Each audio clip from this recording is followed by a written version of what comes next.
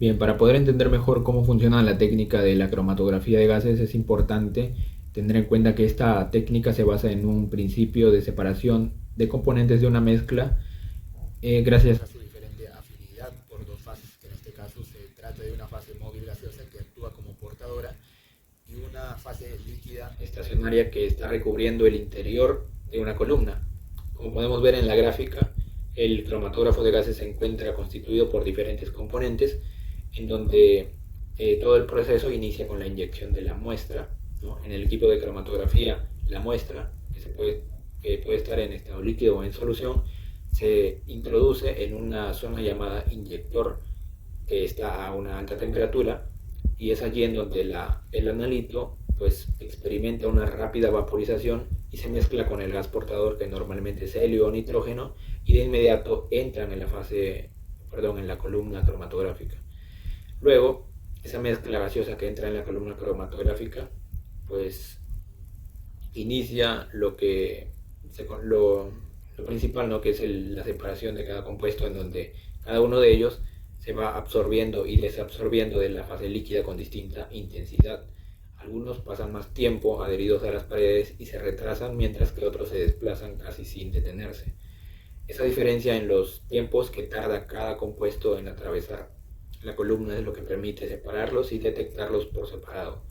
Durante todo ese proceso, obviamente, la columna debe estar dentro de un horno que se encuentra con una temperatura controlada, lo cual va a servir para pues, lograr una separación más eficiente. La temperatura de ese horno puede mantenerse constante, lo que se conoce como un modo isotérmico, o puede ir incrementándose con el tiempo, lo que se conoce como una programación de temperatura. Luego, al final de la columna, los compuestos que ya han sido separados llegan uno por uno a un detector, que es el componente encargado de registrar su presencia. Uno de los detectores más comunes es el detector de ionización de llama, el cual funciona quemando los compuestos en una llama de hidrógeno y mide la corriente generada por los iones formados en ese proceso.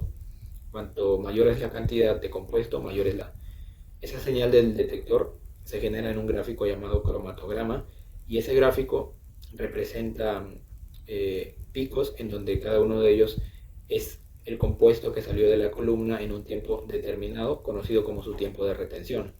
Luego, al comparar esos tiempos con los estándares conocidos, podemos identificar los compuestos, y si medimos el área bajo cada pico también podemos estimar su concentración. Siguiendo con la explicación, tenemos columnas cromatográfica, que es donde ocurre la separación de los componentes de la muestra, y existen dos principales tipos: columnas empacadas y columnas capilares o abiertas. En las columnas empacadas tiene un diámetro de 2 a 4 milímetros y su longitud es de 1 a 5 metros. El material está hecho de acero inoxidable, cobre o vidrio. Estas partículas sólidas como diatomita o sílica, que es lo que va a estar rellenas de eso, y recubiertas con una fase líquida, como por ejemplo polietilenglicol. El uso de estas columnas, como por ejemplo para el análisis de gases o mezclas simples, hoy en día ya no se usan mucho. Y en columnas capilares o abiertas tiene un diámetro muy pequeñas, que va de 0,1 a 0,53 milímetros, y con una longitud de 15 a 100 metros. Las más comunes son las de 30 metros, y está hecho por sílica fundida, con recubrimiento externo de poliimida para mayor flexibilidad y resistencia. Y hay dos tipos, que es la W-Coque y el Scott. La W-Coque es la fase estacionaria líquida, va a estar recubierta directamente en la pared interior. Y en la Scott contiene una capa sólida en la pared cubierta, a su vez por la fase líquida. Y esta tiene una gran ventaja, que es tiene una alta eficiencia, una buena resolución y tiene una rapidez en la separación. El FIT, o el detector de ionización de llama, es un detector, valga redundancia, que mide la presencia de compuestos orgánicos en una llama. Es muy utilizado en cromatografía de gases por su alta sensibilidad, amplio rango lineal, robustez, ya que es confiable y consistente, bajo nivel de ruido y de fácil mantenimiento. Sus desventajas consisten en que este no va a detectar gases inorgánicos ni tampoco compuestos sin carbono. Siempre va a requerir de compuestos combustibles, como es el hidrógeno y el oxígeno. y que al momento de ingresar la muestra, esta se va a quemar, por lo cual se va a destruir, la cual imposibilita su recuperación. Las aplicaciones que se le da a este detector de ionización de llama implican en el análisis de contaminantes orgánicos volátiles, en el análisis de hidrocarburos en petróleo y combustibles, y también en el control de alimentos, bebidas y aromas. Los pasos que sigue este detector de ionización de llama consta de la siguiente manera. Primero, se debe separar la muestra en una columna cromatográfica. Al salir de la columna, este analito o esta muestra se quema en relación de hidrógeno y oxígeno. Entonces, al quemarla, los compuestos orgánicos se ionizan formando iones y electrones. Posteriormente se aplica un voltaje entre el colector y la llama, la cual va a generar una corriente proporcional acorde al número de iones formados. Finalmente, esta corriente de ionización es directamente proporcional a la concentración del analito, la cual va a generar o va a permitir cuantificar el compuesto mediante picos en un cromatograma. La válvula en el sistema de cromatografía de gases va a cumplir la función de controlar la introducción precisa y reproducible de la muestra en el sistema. Generalmente se va a utilizar una válvula de 6 puntos, que va a permitir dos posiciones principalmente, la posición de carga y la posición de inyección. En la posición de carga, la muestra se introduce y queda contenida en un lazo o canal interno de la válvula, sin ingresar aún al sistema. Luego, al intercambiar a la posición de inyección, la válvula redirige el flujo del gas portador, que va a arrastrar la muestra directamente hacia la columna cromatográfica. Este mecanismo es muy útil cuando se trabaja con muestras gaseosas o cuando se utiliza un sistema automático de inyección. Además, va a permitir realizar análisis repetitivos de forma exacta y sin interrumpir el flujo de gas. Objetivo número 1. Identificar la presencia de metanol y etanol en una muestra de vino mediante el análisis de su tiempo de retención por cromatografía de gases. 2. Cuantificar la concentración de etanol en una muestra analizada, aplicando la relación entre las áreas de los picos cromatográficos del estándar y de la muestra. Procedimiento. Vamos a preparar un estándar 1, estándar 2 y la muestra. Para la preparación del estándar 1, en un matraz forado de 10 mililitros, vamos a añadir con ayuda de una pipeta 0.1 mililitros de etanol y lo vamos a forar hasta el volumen indicado. La concentración final va a ser de 1% volumen-volumen. Para el estándar 2 vamos a hacer lo mismo, pero en este caso vamos a añadir 0.1 mililitros de etanol y también lo vamos a forar, y la concentración de igual manera va a quedar 1% volumen-volumen. Para la preparación de la muestra, en un matraz aforado también de 10 mililitros vamos a añadir exactamente con ayuda de la pipeta 1 mililitro de vino de granel y lo vamos a forar hasta el volumen indicado. Después de esto vamos a tomar para realizar las inyecciones de modo split. Vamos a tomar 250 microlitros tanto del estándar 1, estándar 2 y de la muestra. Vamos a poner en funcionamiento el cromatógrafo. En el programa cargar el método y consecuencias creados para el análisis. Vamos a en el cromatógrafo para que esté listo READY para el análisis e inyectar en esta serie los estándares y la muestra. En los cromatogramas correspondientes a los estándares se observó que el metanol presentó un tiempo de retención de 6.379, mientras que el tiempo de retención del etanol fue de 6.913. En el cromatograma del vino de cascas, los picos principales aparecieron exactamente entre ambos tiempos, lo cual indica que ambos compuestos están presentes en esta muestra. Esta coincidencia en tiempos de retención es fundamental, ya que en cromatografía de gases la identificación de un compuesto se basa precisamente en eso, ¿no? En la comparación del tiempo de retención del analito con el tiempo de retención del estándar puro, bajo las mismas condiciones. Ahora bien, nuestra elección fue del etanol, ¿no? Como sustancia de referencia o patrón comparativo, ya que se debe a que su tiempo de retención es muy similar al del principal componente alcohólico del vino, o podría decirse que se acerca, ¿no?, a ese valor. Por ejemplo, el tiempo de retención del etanol es 6.913 y el tiempo de retención del vino de cascas es 6.910, ¿no? Una diferencia de 0.003. Entonces esto hace que se acerque pues mucho más el valor comparado con el valor de tiempo de retención del metanol. También lo que podemos observar, ¿no? Por ejemplo, aunque el metanol también se encuentra en la muestra, sabemos que su pico, como podemos observarlo, es considerablemente más pequeño, ¿no? Teniendo una área obviamente más pequeña frente al del etanol, lo cual es esperable, dado que el etanol es el principal compuesto, ¿no? Alcohol en la fermentación. Además, el uso de etanol nos permite también verificar con mayor exactitud el funcionamiento del equipo, ¿no? Y la reproducibilidad de este método, ya que al tener un comportamiento casi idéntico al del pico más intenso de la muestra de vino, el etanol facilita el análisis cuantitativo. Por otro lado, también tenemos como dato adicional el número de platos teóricos, ¿no? Que podemos observar el número de platos teóricos en el etanol, por ejemplo, sería de 177.707, que es un valor pues mucho mayor que el de metanol, ¿no? Y comparado con el vino de cascas, que sus platos teóricos serían 105.814, entonces esto hace que los valores sean altos y también obviamente sean como que más comparativos, más iguales. No hay mucha diferencia en cuanto al metanol si se habla, ¿no? Entonces en este contexto, el etanol actúa no solo como compuesto a cuantificar, sino también como patrón que representa el comportamiento del vino dentro del sistema cromatográfico. La cuantificación del contenido de etanol en la muestra de vino se realizó mediante cromatografía de gases con detector de ionización de flama, utilizando un estándar de etanol de concentración conocida. Para este análisis, como ya se mencionó en el procedimiento, se utilizó 1 mililitro de vino, el cual se diluyó hasta 10 mililitros con agua destilada, generando una disolución en proporción de 1 a 10.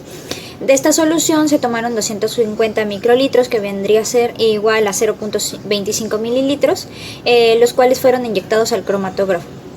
El cromatograma obtenido muestra picos que representan distintos compuestos presentes en la muestra, y cada pico tiene un tiempo de retención y un área. El tiempo de retención indica cuánto tiempo tarda el compuesto en atravesar la columna y llegar al detector, mientras que el área del pico es proporcional a la cantidad del compuesto presente.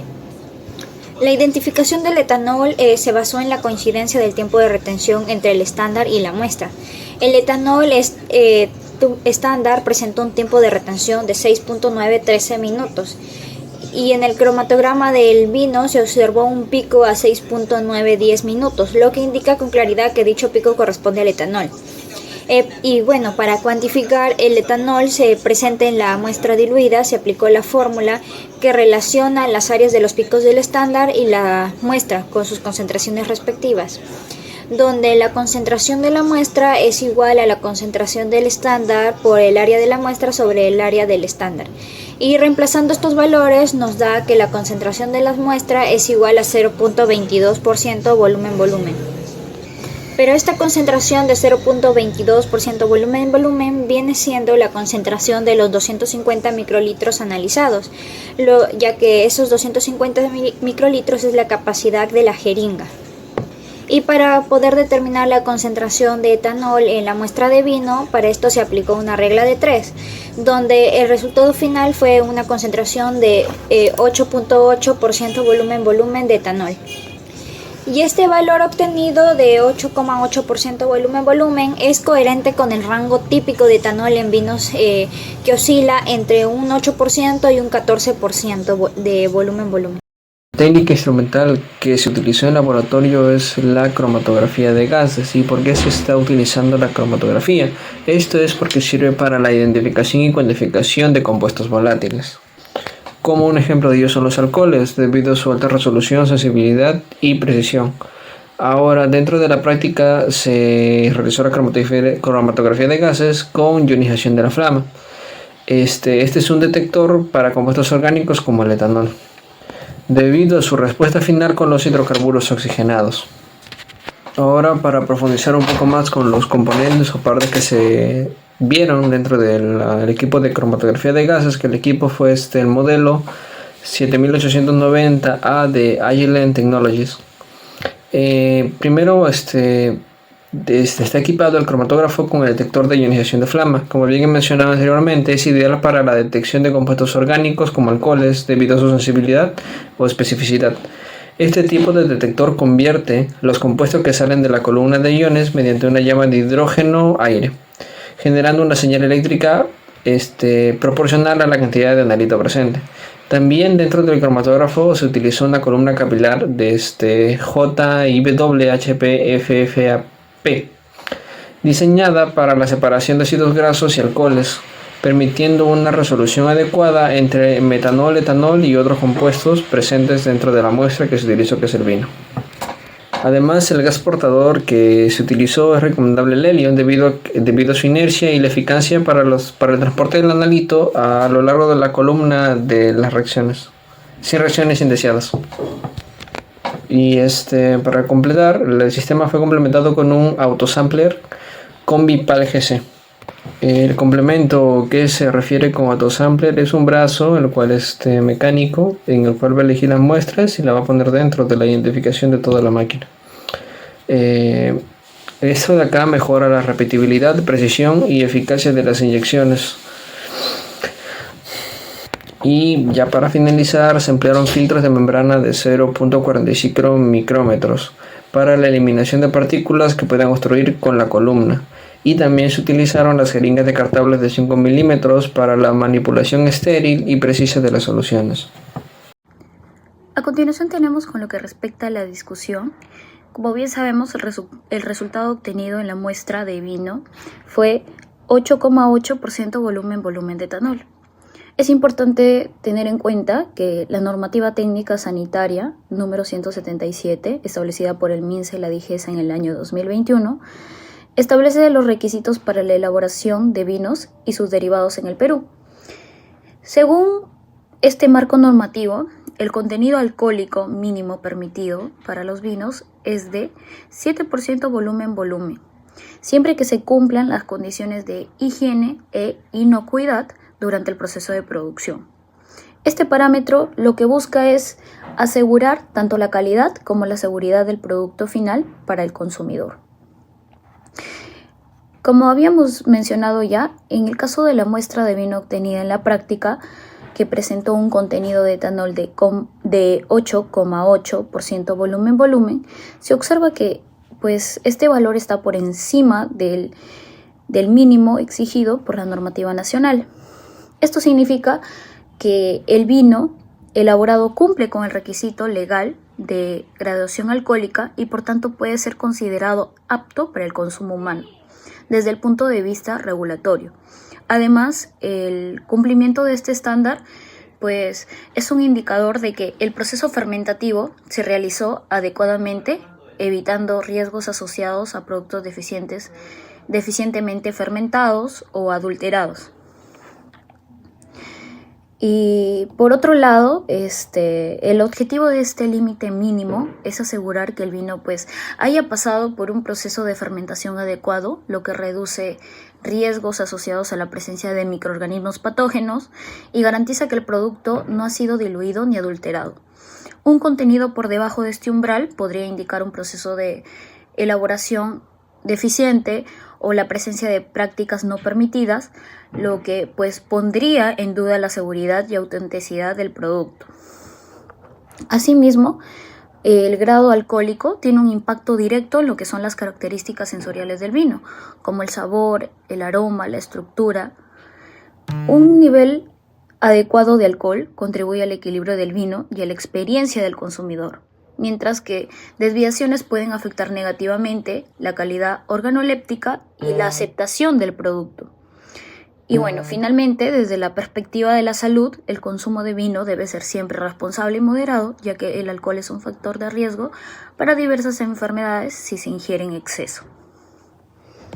Conclusión número 1. Se identificó la presencia de etanol en la muestra de vino mediante el análisis cromatográfico. Se obtuvo el tiempo de retención de 6.910 minutos, el cual coincidió con el del estándar del etanol con 6.913 minutos, confirmando la eficacia del método para la identificación de compuestos volátiles. No se detectó la presencia de metanol en la muestra analizada, que sugiere que el vino no representa un riesgo toxicológico por contaminación con este alcohol. 2. La cuantificación de etanol reveló una concentración de 8.8% obtenida mediante la relación entre las áreas de los picos cromatográficos entre el estándar y la muestra.